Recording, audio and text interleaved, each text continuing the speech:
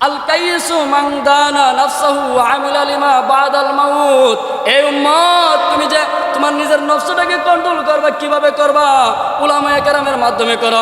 আল্লাহর রাসূল সাল্লাল্লাহু আলাইহি ওয়াসাল্লাম, বুখারী শরীফের হাদিস, আন আবি হুরায়রা রাদিয়াল্লাহু তাআলা আনহু قال قال النبي صلى الله عليه وسلم إنما أنا لكم بمنزلة الوالد أعلمكم فإذا أتى أحدكم الغائط فلا يستقبل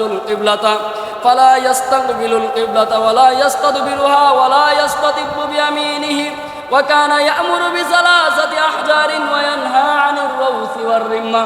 আল্লাহর রাসূল সাল্লাল্লাহু আলাইহি ওয়াসাল্লাম বলেন, এ উম্মত, তোমাদের জন্য আমি নবী হলাম পিতা সমতুল্য অভিভাবক। দিনের মাসালা মাসাইলগুলি তোমাদেরকে আমি শিক্ষা দিব। পৃথিবীর মধ্যে তুমি কিভাবে নেক আমল করবা। আলাইকুম বিসুন্নতি ওয়া সুন্নাতিল খুলাফাইর রাশিদিন। আল্লাহর রাসূল সাল্লাল্লাহু আলাইহি ওয়াসাল্লাম অপর হাদিসের মধ্যে বলেন, আমি এবং আমার খুলাফায়ে রাশিদিনের সুন্নতগুলিকে অনুসরণ করবা। আরেক হাদিসের মধ্যে আল্লাহর রাসূল সাল্লাল্লাহু আলাইহি ওয়াসাল্লাম বলেন, ইন্নাল উলামা ওয়ারাসাতুল আম্বিয়া। যখন আল্লাহর রাসূল বললেন, আমি তোমাদের পিতা সমতুল্য অভিভাবক, দিনের মাসালা মাসাইলগুলি, দিনের বিষয়াদি, আমল আখলাকগুলি কিভাবে করবা সেই শিক্ষা আমি নবী দেই। অতএব তোমরা আমি নবী থেকে শিখবা। তখন সাহাবায়ে কেরাম আরজ করলেন, ইয়া রাসূলুল্লাহ সাল্লাল্লাহু আলাইহি ওয়াসাল্লাম, আপনি নবী তো চিরকাল থাকবেন না, কারণ আপনি নবী নিজেই বলেছেন, আনা খাতামুন নবী লা নাবিয়্যা বা'দি, আমি হলাম সর্বশেষ নবী, আমার পরে আর কোনো নবী আসবে না। অতএব আপনি যখন নবী থাকবেন না, তখন আমরা কাদের থেকে শিখব? আল্লাহর রাসূল সাল্লাল্লাহু আলাইহি ওয়াসাল্লাম তখন বলেন, আলাইকুম বিসুন্নতি ওয়া সুন্নাতিল খুলাফাইর রাশিদিন। আমি যখন চলিয়া যাব, আমার খুলাফায়ে রাশিদিন সাহাবায়ে কেরামের সুন্নতকে আঁকড়ে ধরবা। তখন বললেন, সাহাবায়ে কেরাম তো চিরদিন থাকবেন না, তখন কাদের থেকে শিখব? আল্লাহর রাসূল বলেন, কিয়ামত পর্যন্ত আনেওয়ালা উম্মতের জন্য দায়িত্ব দেওয়া হলো এই উলামায়ে কেরামের উপর। মুহতারাম হাজিরিন, অল্প সময় তাই বলতেছি, আমরা এখন দায়িত্বটা উলামায়ে কেরামের কাঁধে পড়িয়ে গেছে। এই উলামায়ে কেরামদের থেকে আমরা শিখতে হবে। আমি যদি মনে করি যে না, আমি পরকালের জন্য নেক আমল করবো, তবে নিজে নিজে করব, বলে আল্লাহর রাসূল বলেন, না না উম্মত, আমি তোমাদেরকে বাথরুমে কিভাবে যাইবা আইবা, ওই জিনিসটা যদি আমি তোমাদেরকে শিক্ষা দেওয়া লাগে, অতএব বুঝো দুনিয়ার মধ্যে তোমরা যে বড় বড় নেক আমলগুলি করবা, ওইগুলি তোমরা কিভাবে করবা। ছোট একটা নেক আমলে যদি আমি নবী তোমাদেরকে শিক্ষা দেওয়া লাগে, বড় আমল যদি তোমরা করতে চাও, নিজে নিজে তোমরা নিজেরা ধ্বংস হয়ে যাইবা। অতএব উলামায়ে কেরামদের থেকে শিক্ষা নেওয়া দরকার। এই উলামায়ে কেরামগণ তিনারাও আরেকজন থেকে শিখছেন, তিনারাদেরকে আরেকজন শিখেছে। এরকমভাবে শিখতে শিখতে নবী পর্যন্ত যায়। হযরত মাওলানা আবু বকর বাকাইলি সাহেব দামাত বরকাতুহুমুল আলিয়া। হযরত মাওলানা আবু বকর বাকাইলি সাহেব দামাত বরকাতুহুমুল আলিয়া।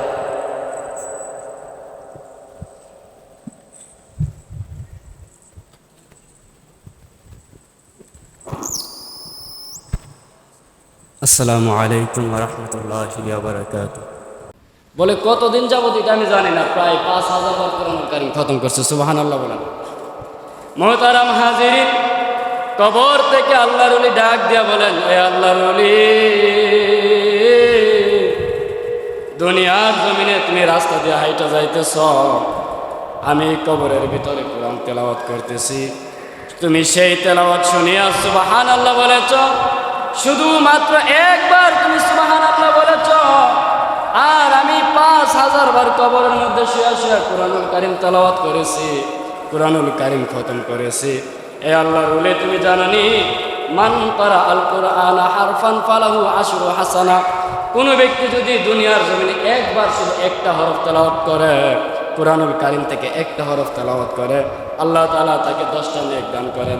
হে আল্লাহর ওলি, আমি কবরের মধ্যে একবার নয়, দুইবার নয়, একটি হরফ নয়, দুইটি হরফ নয়, হাজার হাজার আয়াত আমি 5000 বার খতম করেছি।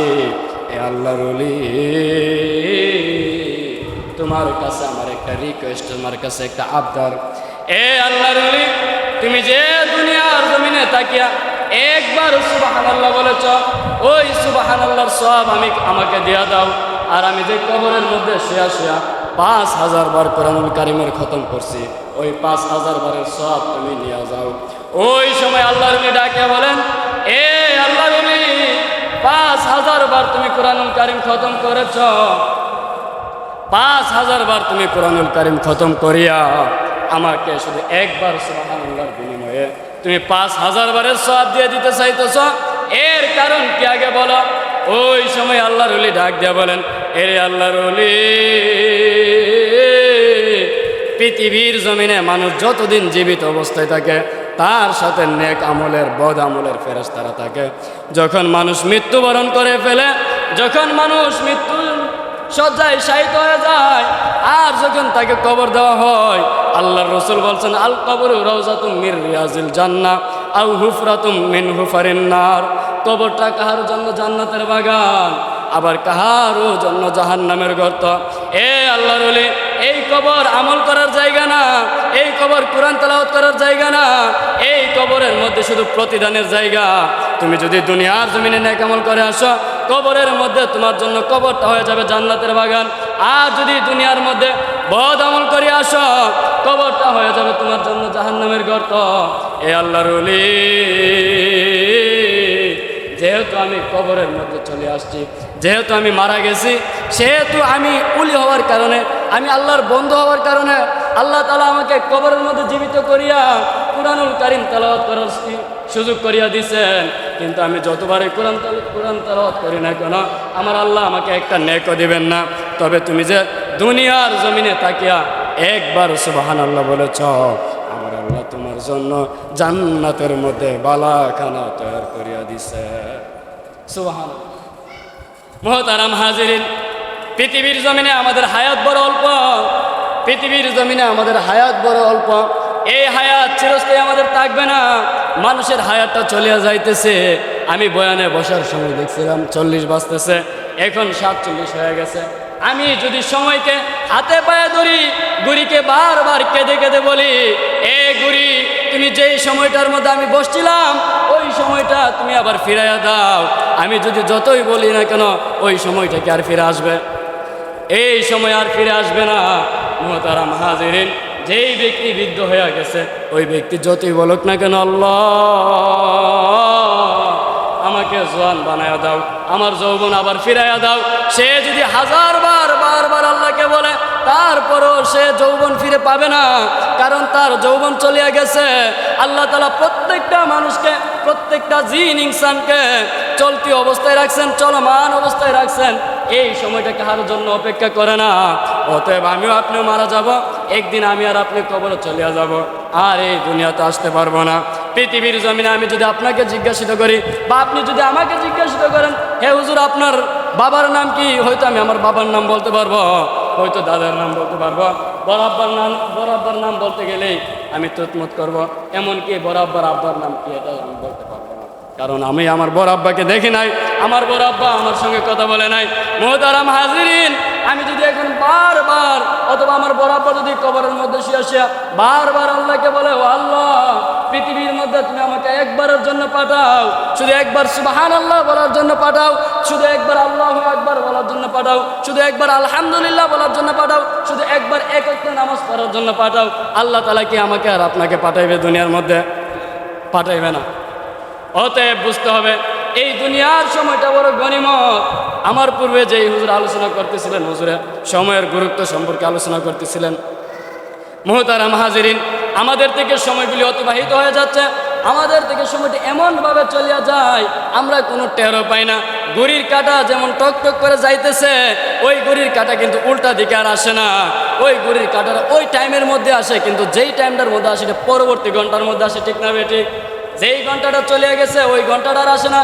আমাদের জীবন থেকে হায়াতটা চলিয়া যাইতেছে। অতএব আমরা কদমে কদমে আল্লাহর জিকির করা দরকার, কদমে কদমে গুনাহ থেকে বাঁচার চেষ্টা করা দরকার।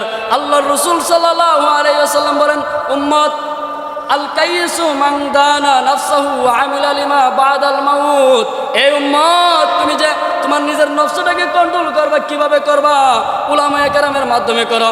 আল্লাহর রাসূল সাল্লাল্লাহু আলাইহি ওয়াসাল্লাম, বুখারী শরীফের হাদিস, আন আবি হুরায়রা রাদিয়াল্লাহু তাআলা আনহু قال قال النبي صلى الله عليه وسلم إنما أنا لكم بمنزلة الوالد أعلمكم فإذا أتى أحدكم الغائط فلا يستقبل القبلة ولا يستدبرها ولا يستطب بيمينه وكان يأمر بثلاث الأحجار وينهى عن الروث والرمة আল্লাহর রাসূল সাল্লাল্লাহু আলাইহি ওয়াসাল্লাম বলেন, এ উম্মত, তোমাদের জন্য আমি নবী হলাম পিতা সমতুল্য অভিভাবক।